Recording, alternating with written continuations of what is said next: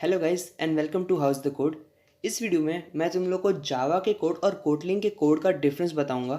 और इस वीडियो को देखने के बाद अगर आप एक जावा एंड्रॉयड डेवलपर हैं तो आई एम श्योर कि आपको कोटलिन लैंग्वेज का कोड भी समझ आने लगेगा। तो अभी मेरे पास दो प्रोजेक्ट्स हैं, एक जावा में और दूसरा कोटलिन में। और दोनों ही प्रोजेक्ट की सेम लेआउट फाइल है जिसमें एक टेक्स्ट व्यू है मेरे पास और एक बटन है। दोनों को मैंने टेक्स्ट व्यू और बटन नाम की आईडी दे दी है। सो गाइस, सबसे पहले डिफरेंस है फाइंड व्यू बाय आईडी का। यहाँ पे मेरे पास एक जावा फाइल है। तो जावा फाइल के अंदर मुझे जो भी मेरे टेक्स्ट व्यू है और जो भी एलिमेंट्स है उन्हें पहले डिक्लेयर करना पड़ता है ऊपर, और उसके बाद ऑन क्रिएट पे इन लोगों को इनिशियलाइज करना पड़ता है फाइंड व्यू बाय आईडी के साथ, उनकी रिलेटेड आईडी को देख के। अब मुझे जब यहाँ पे मेरा टेक्स्ट व्यू का टेक्स्ट चेंज करना है तो मुझे यहाँ लिखना पड़ेगा text view dot set text method call करनी पड़ेगी, और उसमें मुझे जो अलग टेक्स्ट देना है वो लिखना पड़ेगा।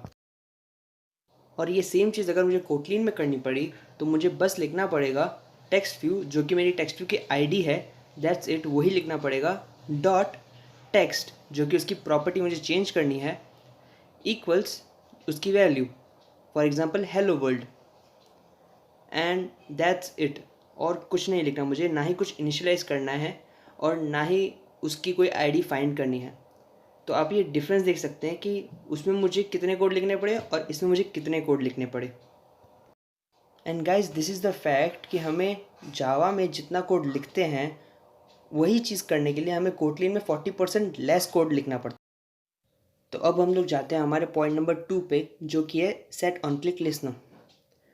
तो अब मेरा जो ये लेआउट है उसका जो ये बटन है उसका मुझे एक सेट ऑन क्लिक लिस्नर बनाना है।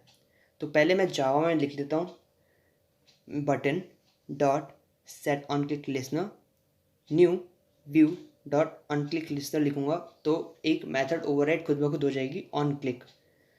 अब यही कोड जब मैं कोटलिन में लिखना चाहता हूँ तो मुझे लिखना पड़ेगा बटन, जो कि मेरी बटन की आईडी है, dot set on click listener, और इस पैरेंथेसिस के बाहर अगर मैं जो कर्ली ब्रैकेट्स डालता हूँ उसके अंदर मैं जो कुछ भी लिखूँगा वो ऑन क्लिक मेथड के अंदर जाएगा। This is a kind of a lambda expression. And इस जावा फाइल में जब मुझे बटन का यूज़ करना होता है तो मैं व्यू वी यूज़ करता हूँ। जब मुझे यहाँ पे यूज़ करना हो इस बटन का तो मैं इट यूज़ कर सकता हूँ, जो आप यहाँ पे देख सकते हैं। It refers to my button here. Now comes one important part, that is declaration. So guys, Kotlin में टोटल दो टाइप के डिक्लेरेशंस होते हैं। यहाँ पे एक होता है वेर और दूसरा होता है वेल। अब वो सिचुएशन के ऊपर होता है आपको क्या यूज़ करना है। जैसे मैं जावा में जब एक चीज़ लिखता हूँ, for example int d equals to 5, यही चीज़ अगर मुझे कोटलिन में लिखनी है तो मैं लिखूँगा var d colon int equals to 5, and this is var variable. And अब अगर मैं जावा में लिखता हूँ final int, for example a equals to 7, यही चीज़ अगर मुझे कोटलिन में लिखनी हो तो मुझे लिखना पड़ेगा val a which is int equals to 7। अब आपको शायद डिफरेंस पता चला होगा वेर और वेल में। जब मैं इंट डी लिखता हूँ जो कि मेरा 5 है, तो मैं इस डी को चेंज करके 4 कर सकता हूँ और मुझे कोई एरर नहीं आएगा। और यही चीज़ अगर मैं कोटलिन में करूँ, यहाँ पे मैं अगर डी को चेंज करूँ जो कि वेर वेरिएबल का टाइप है, तो कुछ प्रॉब्लम नहीं आएगी। बट जब मैं ये फाइनल इंट ए अगर मैं चेंज करता हूँ तो मुझे एरर आएगा। एंड इसी तरह अगर मैं कोटलिन की बात करूँ तो जब मैं वेल वेरिएबल को चेंज करता हूँ जो कि ए है, उसे मैं 3 के साथ चेंज करता हूँ तो देखो एक और एरर आ गया। सो सिमिलरली वेल जो है यहाँ पे वो एक तरह से फाइनल वेरिएबल है जो कि इम्यूटेबल है, जो आप चेंज नहीं कर सकते, और जो वेर है वो म्यूटेबल है, उसे आप चेंज कर सकते हो। सिंपली अगर बताऊं तो इसका मतलब यही है कि अगर तुम्हें कोई वेरिएबल को फाइनल बनाना है तो उसे तुम लोग को कोटलिन में वेल करके लिखना पड़ेगा, मतलब आप उसे एक और बार चेंज नहीं कर सकते। तो अब एक और एग्जांपल लेते हैं। अब मैं यहाँ पे वेर डी इक्वल्स टू 5 भी लिख सकता था, वो खुद ब खुद देख लेगा कि फाई मतलब वो इंट खुद ब खुद होगा, तो मुझे स्पेसिफाई करने की भी ज़रूरत नहीं है कि ये इंट है या क्या। हाँ, अगर मैं यहाँ पे स्ट्रिंग लिखता हूँ तो मुझे स्ट्रिंग ही डालना पड़ेगा। अब वेयर और वेल तुम्हें कब यूज़ करना है वो तुम्हारे ऊपर है। जैसे कि अगर मैं एक इंटेंट बना रहा हूँ तो मैं वेल यूज़ कर रहा हूँ, क्योंकि एक इंटेंट को मुझे बार बार चेंज नहीं करना पड़ता। Val i which is intent equals to i parenthesis. इस तरह से हम लोग डिक्लेयर करते हैं कोई भी मेंबर वेरिएबल। हम लोग न्यू का यूज़ नहीं कर रहे हैं यहाँ पे, अगर तुम लोगों ने नोटिस किया हो। मैं डायरेक्टली इंटेंट का कंस्ट्रक्टर कॉल कर रहा हूँ। इसके बारे में अच्छे से हम लोग बात करेंगे जब हम लोग कंस्ट्रक्टर वाला टॉपिक कर रहे होंगे इस ही वीडियो में आगे। सो गाइस, अब हम लोग बात करेंगे स्विच स्टेटमेंट और फॉर लूप की कि वो कोटलिन में किस तरह से लिखा जाता है। तो कोटलिन में एक्चुअली काफ़ी सारी चीज़ें चेंज की हुई है उन लोगों ने, जो हम लोग जावा में यूज़ करते थे। फॉर एग्जांपल हम लोग जावा में स्विच स्टेटमेंट यूज़ करते थे कुछ इस तरह, स्विच और उसके अंदर हमारी वैल्यू या वेरिएबल। बट जो हमारा कोटलिन है उसके अंदर एक्चुअली स्विच स्टेटमेंट नहीं है, उसकी जगह पे हमारे पास वैन कमांड है। सो वैन भी एक तरह से स्विच स्टेटमेंट जैसी ही है। एक्चुअली मेरा जो आई है वो इंटेंट है, तो मैं पहले उसे इंट बना देता हूँ और उसे मैं वैल्यू दे देता हूँ 5, और इसे भी आई को मुझे पैरेंथेसिस में डालना पड़ेगा। सो सिंटेक्स थोड़ा बहुत सिमिलर है, बस मुझे यहाँ पे केस नहीं लिखने पड़ेंगे, मुझे सीधा वैल्यूज़ बतानी पड़ेगी। फॉर एग्जांपल अगर 5 है तो हमें क्या करना पड़ेगा, वो मुझे इस तरह से लिखना पड़ेगा और एक रेंज बना देनी पड़ेगी, उसकी एक स्कोप बना देना पड़ेगा। जैसे हम लोग स्विच स्टेटमेंट में करते थे, हम लोग यहाँ पे लिखते थे केस 5 और फिर एक स्कोप बना देते थे। इसी तरह अगर मुझे कोई और वैल्यू देनी हो, अगर कोई और केस बताना हो, तो मुझे इसके स्कोप के बाहर दूसरा स्कोप डालना पड़ेगा। फॉर एग्जांपल 3 बताना है मुझे, तो 5 की तरह 3 का भी एक अलग से स्कोप बनाना पड़ेगा। तो अब हम लोग बात करते हैं फॉर लूप के बारे में। हम सबको पता है कि हम लोग जावा में फॉर लूप कैसे बनाते हैं, इसलिए मैं डायरेक्टली कोटलिन में बना रहा हूँ। कोटलिन के फॉर लूप में थोड़ा सा चेंज है। पहले मैं ऊपर वाले सारे वेरिएबल्स हटा देता हूँ। तो कोटलिन का फॉर लूप थोड़ा बहुत पाइथन जैसा है। तो मैं यहाँ पे लिखूँगा आई इन 1.10। सो बेसिकली यहाँ पे हमारा एक फॉर लूप बन चुका है जो कि 1 से 10 तक जाएगा और आई उसका इटरेटिंग लूप रहेगा। और इसकी जगह आप एक्चुअली कुछ भी लिख सकते हो 1 से 10 की जगह। अगर मैं यहाँ पे चाहूँ तो मेरा टेक्स्ट व्यू का टेक्स्ट भी डाल सकता हूँ यहाँ पे। तो फिर ये एक एक करके सारा जो मेरा टेक्स्ट व्यू का टेक्स्ट है HELL ऐसे करके वो आई में स्टोर करेगा। और इसी तरह आप यहाँ पे एक एरे भी डाल सकते हो और एरे लिस्ट भी डाल सकते हो, और बाकी सारी चीज़ें तो सेम ही हैं इसके फॉर लूप में। आप कह सकते हो कि ये एक तरह से जो हम लोग जावा में एनहेंस्ड फॉर लूप करते थे, अगर आपको याद हो, फॉर आई कॉलन और कुछ भी अंदर कुछ एरे या लिस्ट कुछ भी डाल देते थे हम लोग, तो ये उस तरह का फॉर लूप है, बस उसका सिंटेक्स थोड़ा सा चेंज है।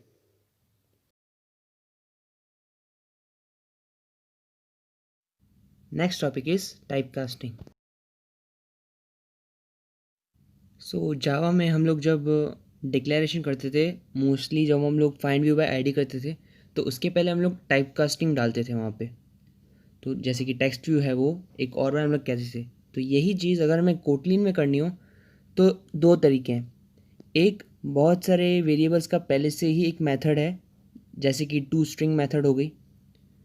पहले मैं एक वेरिएबल डिक्लेयर करता हूँ डी और उसे मैं स्ट्रिंग कर देता हूँ, और फॉर एग्जांपल मैं उसे इंट रखता हूँ, फायर रख दिया वहाँ पे, तो मुझे टू स्ट्रिंग मेथड यूज़ करके उसे स्ट्रिंग में कन्वर्ट करना पड़ेगा। या तो मैं एज ऑपरेटर यूज़ करके उसे एज स्ट्रिंग करूँगा तो वो स्ट्रिंग वेरिएबल में कन्वर्ट हो जाएगा, और ये आप लोग बहुत सारी क्लास के साथ भी यूज़ कर सकते हो। और अब हम लोग गौर फरमाएंगे मॉडल क्लास और कंस्ट्रक्टर के ऊपर। तो हम लोग एक सिंपल मॉडल क्लास बनाएंगे जो जावा में हम लोग पोजो क्लास कहते हैं। एक हम लोग जावा में बना के देखते हैं और एक हम लोग कोटलिन में बना के देखेंगे। तो जावा में हम लोग पहले यहाँ पे मैं दो वेरिएबल्स डिक्लेयर कर देता हूँ, एक आईडी और एक नेम, स्ट्रिंग नेम। और इसके बाद मुझे इन लोगों का कंस्ट्रक्टर बनाना पड़ेगा। तो मैं जनरेट में जाऊँगा और एक कंस्ट्रक्टर बनाऊँगा, दोनों वेरिएबल सिलेक्ट करूँगा और ओके पे क्लिक कर दूँगा। इसी तरह मैं वापस से जनरेट में जाऊँगा और गेटर्स और सेटर्स मेथड भी बना दूँगा इन दोनों की। So this is what a typical POJO class looks like in Java. अब थोड़ा कोटलिन की मॉडल क्लास में गौर फरमाते हैं। सबसे पहले इस क्लास के आगे मुझे डेटा लगाना पड़ेगा, जैसे उन्हें पता चले कि ये एक डेटा क्लास है। स्टेप नंबर 2, मेरा जो क्लास का नाम है उसके बाद मुझे पैरेंथेसिस लगाने पड़ेंगे, और ये जो पैरेंथेसिस है वो मेरा कंस्ट्रक्टर है एक्चुअली। और इस कंस्ट्रक्टर के अंदर मुझे सारे के सारे वेरिएबल डिक्लेयर करने पड़ेंगे। सो मेरा एक वेरिएबल था आईडी, और जो कि इंटीजर था, और उसे मैंने डिफ़ॉल्ट वैल्यू 0 दे दी है। यहाँ पे इक्वल्स टू 0 मेरी डिफ़ॉल्ट वैल्यू है। अगर मैं कुछ भी पास नहीं करूँगा तो ये उसे 0 ले लेगा। अब जो मेरा सेकंड वेरिएबल है वो भी मैं यहाँ पे डिक्लेयर कर देता हूँ, वैल नेम कॉलन स्ट्रिंग, और इसकी भी मैं डिफ़ॉल्ट वैल्यू एक स्पेस डाल देता हूँ जो कि ब्लैंक होगी। And that's it. यही हमारी जो मॉडल क्लास है वो यही है। कुछ गेटर सेटर या कुछ और हमें डिक्लेयर करने की ज़रूरत नहीं है, इसी में हमारा काम हो गया। अब आप खुद कंपेयर कर सकते हो कि ये मेरी जावा की पोजो क्लास है और ये मेरे कोटलिन की मॉडल क्लास है। तो अब तो मैं ये सारी जो पहले स्पेस है वो क्लियर कर दूँ। मैं इन सबको बैक स्पेस मार देता हूँ, और यहाँ पे मैं एक स्टूडेंट का वेरिएबल बनाऊँगा। जो मैंने अभी भी मॉडल क्लास बनाई है उसका एक वेरिएबल बना देता हूँ। उसमें मैं पहले वेर डिक्लेयर करूँगा, क्योंकि मैं उसे चेंज करूँगा आगे इसके लिए, और इसका मैं नाम रख रहा हूँ a student. A student equals to student parenthesis, that's it. एक बार ये डिक्लेरेशन हम लोग जावा से कंपेयर करते हैं। अगर मुझे यही डिक्लेरेशन अगर जावा में लिखनी हो तो मुझे लिखना पड़ेगा student a student equals to new student constructor, और इसके अंदर मैं जो चाहूँ वो डाल सकता हूँ। ओके, एक नो वैल्यू कंस्ट्रक्टर भी डालना पड़ेगा यहाँ पे, तो मैं वो भी डाल देता हूँ, नो वैल्यू कंस्ट्रक्टर।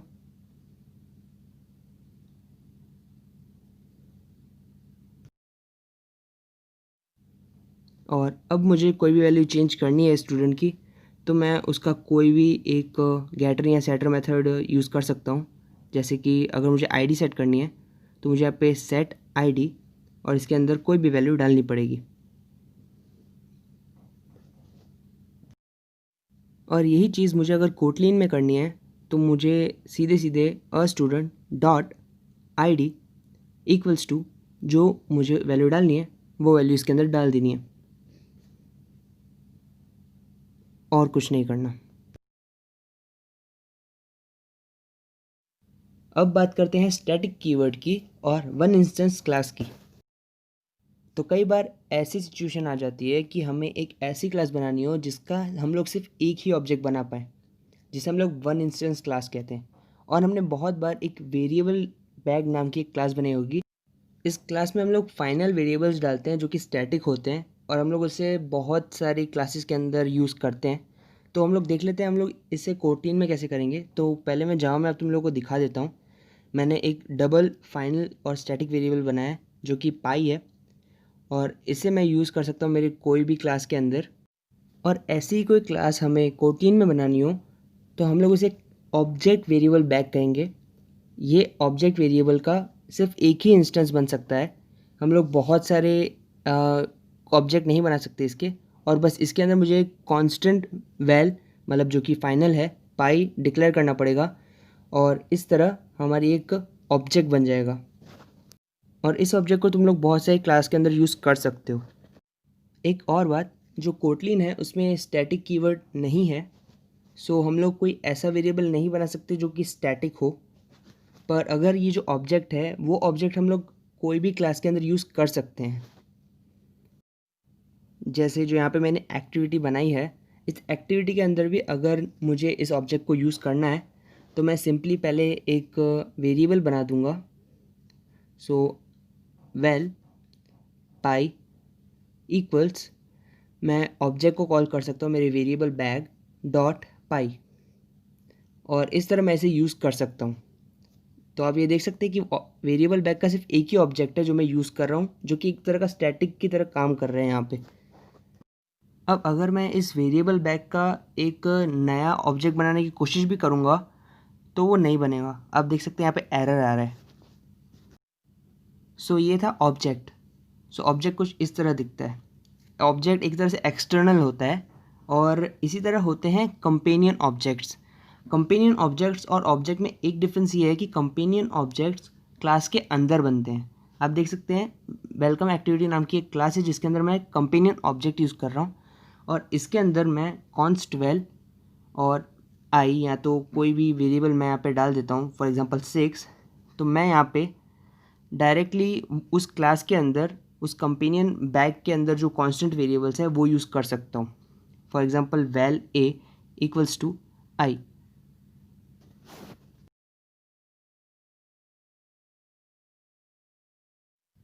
सो ऐसे कंपेनियन ऑब्जेक्ट भी बहुत बार हमें काम आते हैं क्लास के लिए, और ऐसे ऑब्जेक्ट भी हमें बहुत बार काम आ जाते हैं जब हमें बहुत सारी एक्टिविटीज़ में यूज़ करना हो तो।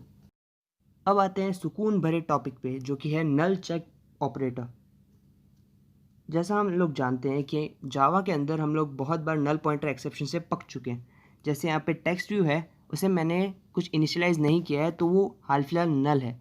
लेकिन यही चीज़ अगर तुम लोग कोटलिन में करते हो, कोटलिन में अगर तुम लोग कोई भी एक वेरिएबल डिक्लेयर कर रहे हो, जैसे कि वेर आई जो इंट है, और उसे तुम लोग इनिशियलाइज़ नहीं कर रहे हो, तो वो तुम्हें सामने से एरर बताएगा कि ये गलत है, तुम लोग ऐसा नहीं कर सकते। और मैं यहाँ पे अगर इसे नल के साथ भी इनिशियलाइज़ करता हूँ तो ये मुझे एरर ही दिखा रहा है। बाय चांस ऐसी सिचुएशन आ जाती है तो तुम्हें यहाँ पे क्वेश्चन मार्क लगाना पड़ेगा। ये क्वेश्चन मार्क है नल चेक ऑपरेटर। तो जब तुम लोग ये वाला ऑपरेटर यूज़ करते हो, तो अगर तुम्हारा सामने से नल आ भी रहा है तो भी हमारा कंपाइलर हमें नल पॉइंटर एक्सेप्शन थ्रो नहीं करेगा। तो इन शॉर्ट ये वाला ऑपरेटर हमें फिजूल के नल पॉइंटर एक्सेप्शंस को थ्रो करने से बचाएगा। तो guys last but not the least अब आता है इनहेरिटेंस का टॉपिक। तो सबसे पहले हम लोग जावा के अंदर इनहेरिटेंस देख लेते हैं। जावा के अंदर हम लोग इनहेरिटेंस यूज़ करते हैं एक्सटेंड कमांड से। तो यहाँ मैं इस एडेप्टर को रिसाइकलर व्यू के एडेप्टर के साथ इनहेरिटेट कर रहा हूँ।